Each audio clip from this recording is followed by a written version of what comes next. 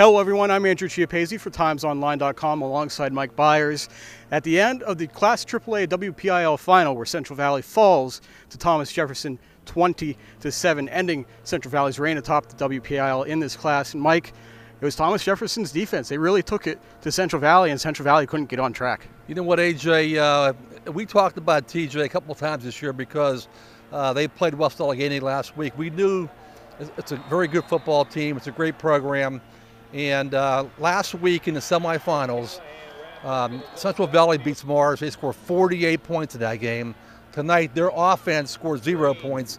The lone touchdown was a pick six by Calvarine. So, you know, look at the 4 sacks, interception. Calvarine was held to 33 rushing yards today. You know what? It was pretty total dominance by the TJ defense, no doubt about it. Absolutely right. And of course, Central Valley very disappointed afterwards, but we did have a chance to catch up with Mark Lyons and a couple players to get their reaction to the loss. You know, they defensively, they were a step ahead of us right now. And, you know, they played on their toes. We just couldn't get any momentum. We couldn't string plays together. And then obviously we seemed like we were always fighting field position.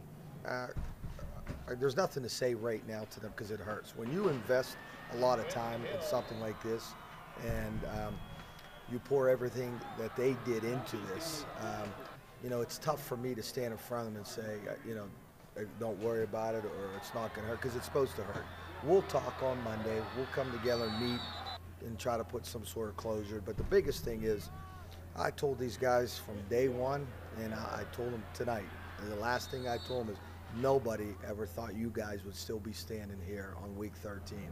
And that's a testament to our seniors, that's a testament to our coaches, and obviously it's a testament to our players. It was tough. I mean, sometimes they'd have a linebacker press on me, and then they'd have a dude over the top. So no matter what, they knew I'm a deep threat. So they had me doubled up the whole time. I mean, they knew what to do. They came in with a great game plan, and I give them credit for it. Yes, it was. That was a good football team. They just, like Coach Mark said, they made a couple bigger, more plays than we did, and they were physical, well coached, but we have nothing to hang our heads over. We all said that we left it all out there.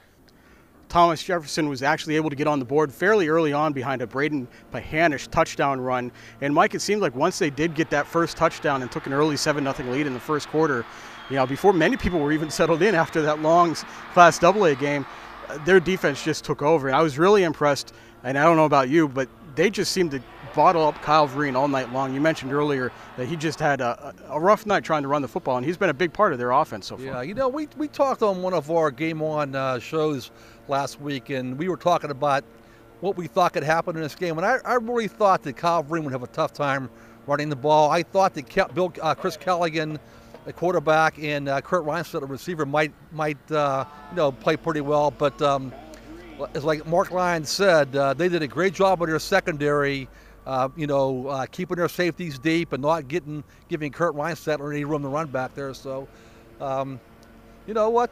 It's been a great run for Central Valley. They've been to this stadium here 4 times now in 6 years, 3 in a row. It's been a tremendous run for this football program. You're absolutely right, Mike. And Central Valley did have a couple moments. You know, Calvarine had an interception return for a touchdown right as the third quarter began, then picked off another pass in the Thomas Jefferson end zone, but they still could not find anything offensively. I think, you know, Kurt Reinstedt and Chris Callaghan had a connection a little bit, but they couldn't find anything deep, and ultimately it ends with a 20-7 loss.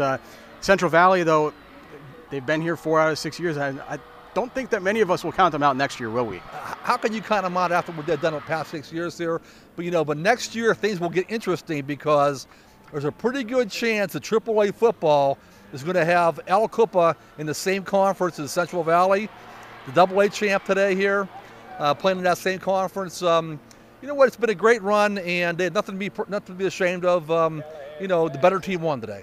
Central Valley's season comes to an end with the 20-7 loss to Thomas Jefferson, but our season will continue as we'll now follow Aliquippa into the state quarterfinals in Class AA. So, of course, keep it tuned to Game On all next week and to timesonline.com for all of your high school football coverage. For Mike Bires, I'm Andrew Chiappazzi. Goodbye from Heinz Field. We'll see you soon.